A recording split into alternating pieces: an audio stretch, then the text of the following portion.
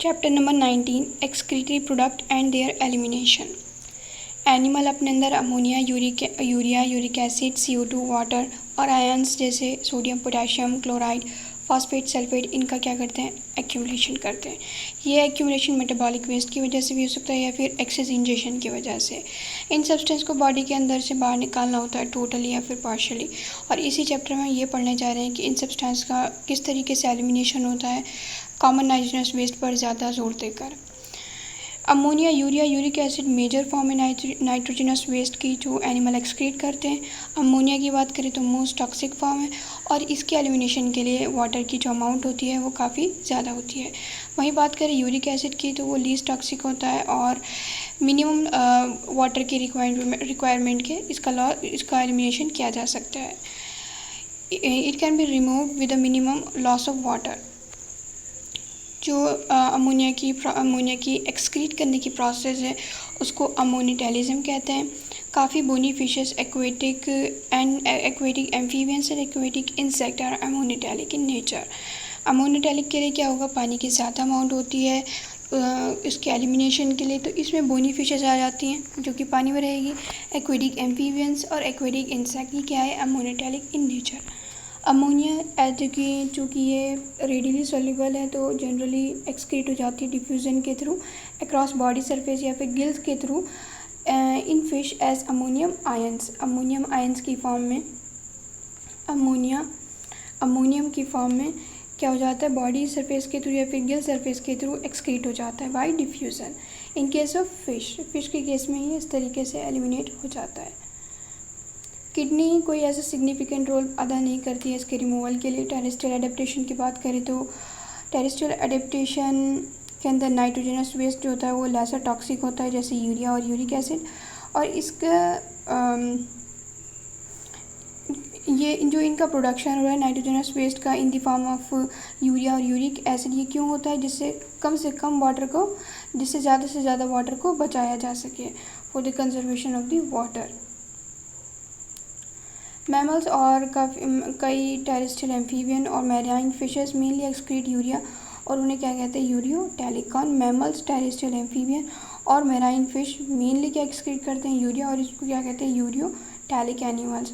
Ammonia जो metabolism के through produce हो रहा है उसको कन्वर्ट किया जाता है यूरिया की फॉर्म में in the liver of these animal. किस में, लीवर में, ठीक है। अमोनिया जो मेटाबॉलिज्म के थ्रू प्रोड्यूस हो रहा है उसको यूरिया में कन्वर्ट किया जाता है लीवर में और उसको फाइनली कहाँ, ब्लड में रिलीज़ कर दिया जाता है जो फिर फिल्टर हो जाता है, एक्सक्रीट हो जाता है किडनी के थ्रू। कुछ अमाउंट में यूरिया किडनी मैट्रिक्स में रह जाता है इन एनिमल्स में जिससे क्या हो, osmolarity मेंटेन रहे। Reptile, birds, land snail and insect excrete करते हैं नाइट्रोजनस वेस्ट को यूरिक एसिड की फॉर्म में और यूरिक एसिड भी किस में, पैलेट या फिर पेस्ट में, जिससे मिनिमम लॉस हो सके वाटर का लॉस क्या हो सके, बहुत ज़्यादा कम। और इनको क्या कहते हैं, यूरिकोटैलिक एनिमल। तो यूरिकोटैलिक एनिमल्स में कौन कौन आ गया, reptile, birds, land snail and insect. तो अमोनिटेलिक की बात करें तो इसमें बोनी फिशेस आ जाती है, एक्वेटिक एम्फीबियंस आ जाते हैं, एक्वेटिक इंसेक्ट आ जाते हैं, ठीक है। फिर यूरियोटैलिक में जैसे हम हैं, मैमल्स और टेरेस्ट्रियल एम्फीबियंस है और मेराइन फिशेस है जो यूरियोटैलिक कहती होती है। यूरिकोटैलिक की बात करें तो reptile, birds, land snail and insects. Animal kingdom का जब सर्वे किया गया तो ये प्रेजेंट करता है कि काफ़ी तरीके के एक्सक्रीटरी स्ट्रक्चर देखने को मिलते हैं। ज़्यादातर इन्वर्टिब्रेट में जो इन्वर्टिब्रेट्स होते हैं तो ये स्ट्रक्चर जो होते हैं एक्सक्रीटरी स्ट्रक्चर, ये सिंपल ट्यूबुलर फॉर्म में होता है। वहीं बात करें वर्टिब्रेट्स की तो कॉम्प्लेक्स ट्यूबुलर ऑर्गन होता है जैसे किडनी। इनमें से कुछ स्ट्रक्चर मेंशन है जैसे प्रोटोनेफ्रिडिया और फ्लेम सेल एक्सक्रीटरी स्ट्रक्चर होते हैं। In case of platyhelminthes, platform example planaria, rotifers में होते हैं, कुछ एनालीड्स में और सिफेलोकॉर्डेट्स जैसे एम्फिऑक्सिस।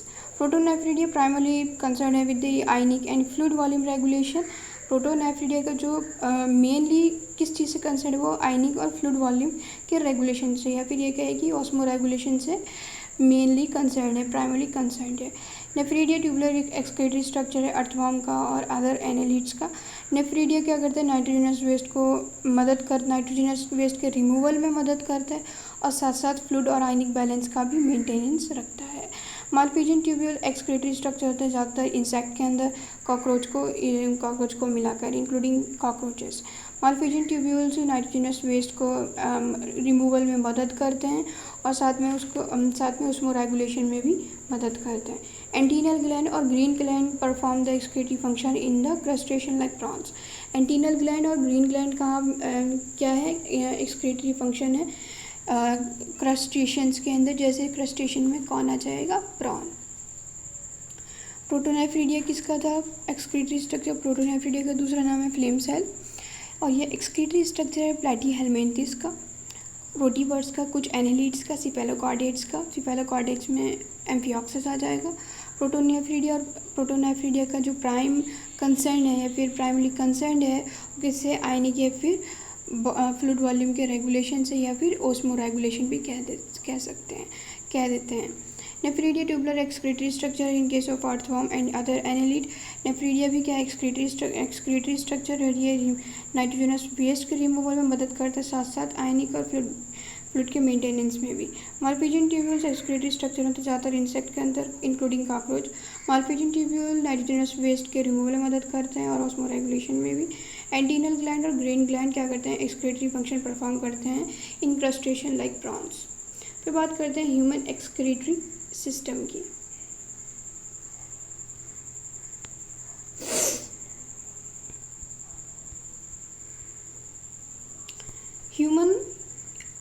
ह्यूमन के अंदर एक्सक्रीटरी सिस्टम के अंदर क्या होता है, एक पेयर होता है किडनी का, एक पेयर होता है यूरेटर का, एक यूरिनरी ब्लैडर होता है क्योंकि सिर्फ सिंगल यूरिनरी ब्लैडर होता है, और एक क्या होता है यूरेथ्रा भी क्या होगा, सिर्फ एक ही होगा, ठीक है।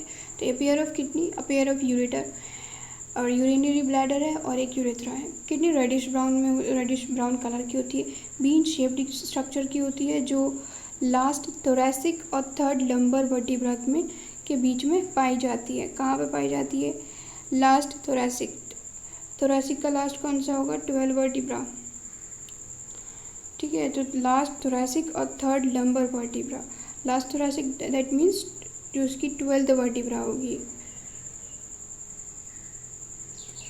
Third lumbar vertebra close to the dorsal inner wall of the abdominal cavity की डोर्सल इनर वॉल की क्लोज ये किडनी पाई जाती है। और किन किन वर्टिब्रा के बीच में पाई जाती है, तो वो है थोरैसिक और थर्ड लंबर, लास्ट थोरैसिक और थर्ड लंबर के बीच में। हर एक किडनी की बात करें तो ईच किडनी एडल्ट ह्यूमन में 10 to 12 सेंटीमीटर लेंथ में होती है, 5 से 7 विड्थ में होती है और 2 से 3 सेंटीमीटर थिकनेस में होती है। एवरेज वेट होता है इसके 120 to 170 ग्राम। कितना होता है average weight, 120 to 170 gram. Kidney के इनर कॉन्केव सरफेस की बात करें अगर हम, उसके सेंटर की तरफ, toward the centre of the inner concave surface of the kidney के कॉन्केव सरफेस के सेंटर की बात करें तो एक नोच होती है जिसको हाइलम कहते हैं, और यहाँ से क्या होता है, यूरेटर, ब्लड वेसल और नर्व्स एंटर करते हैं, ठीक है। इस हाइलम से ureter, blood vessel and nerve enter करती है। हाइलम के इनर चलेंगे तो एक ब्रॉड फनल शेप स्पेस मिलता है जिसको रेनल पेल्विस कहते हैं, और इसमें कुछ प्रोजेक्शन प्रेजेंट होते हैं जिन्हें कैलिसिस कहते हैं, ठीक है। Inner to the hilum is a broad funnel shaped space called the renal pelvis with projection called calyces. Outer layer जो होती है किडनी की उसका टफ कैप्सूल होता है। Outer layer of the kidney is a tough capsule.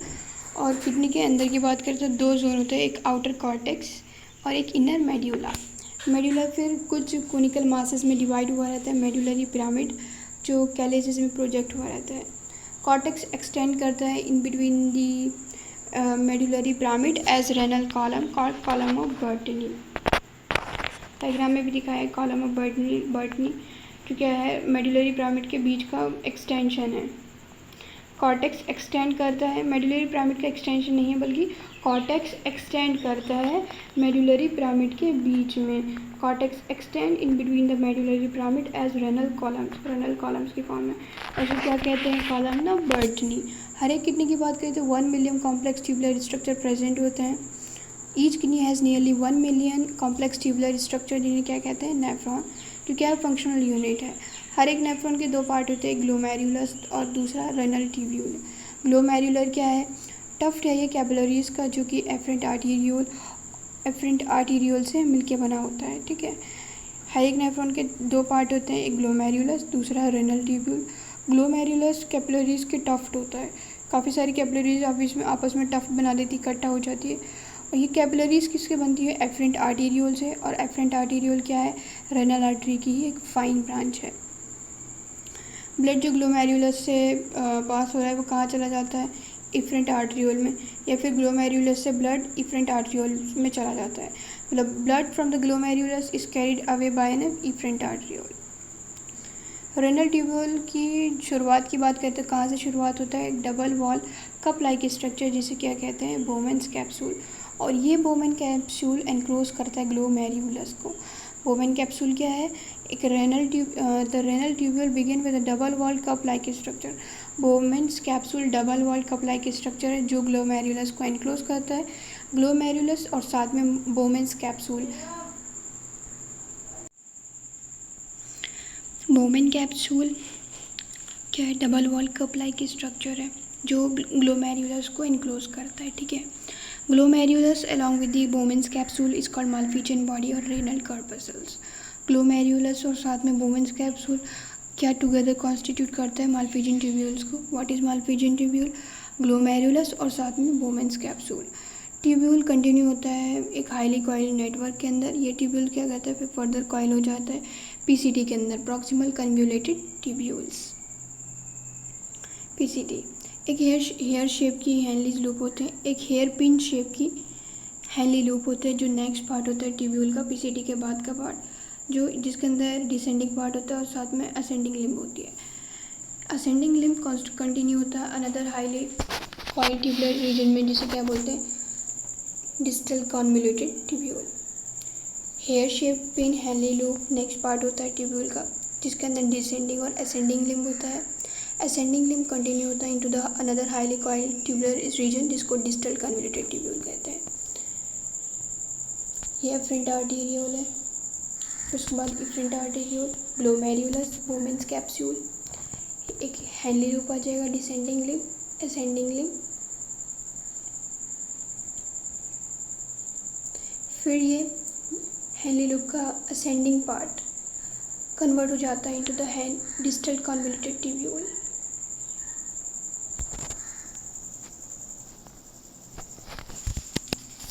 DCT काफ़ी nephrons की open होती है इनटू द स्ट्रेट ट्यूब, जिसको बोलते हैं कलेक्टिंग डक्ट। डीसीटी काफ़ी सारी नेफ्रॉन की ओपन होती है इनटू द स्ट्रेट ट्यूब, जिसे कलेक्टिंग डक्ट कहते हैं। डायग्राम में भी दिखाया हुआ है। ये डीसीटी किस में ओपन हो रहा है, कलेक्टिंग डक्ट में, यहाँ से। डीसीटी काफ़ी सारी नेफ्रॉन की ओपन होती है इनटू द स्ट्रेट ट्यूब, जिसको कलेक्टिंग डक्ट कहते हैं। इनमें से काफ़ी सारी कन्वर्ज हो जाती है और ओपन होती है into the renal pelvis through medullary pyramid. Medullary pyramid के थ्रू रेनल पेल्विस में ओपन होती है सब सारी की सारी डक्ट। ठीक है, Malpighian corpuscles PCT DCT nephron की कॉर्टिकल रीजन में प्रेजेंट होती है।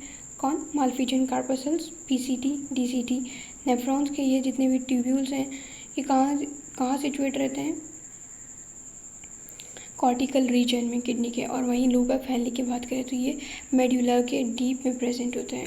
Loop of Henle dips into the medulla, medulla के अंदर लूप ऑफ हैंडली डिप हुए रहते हैं।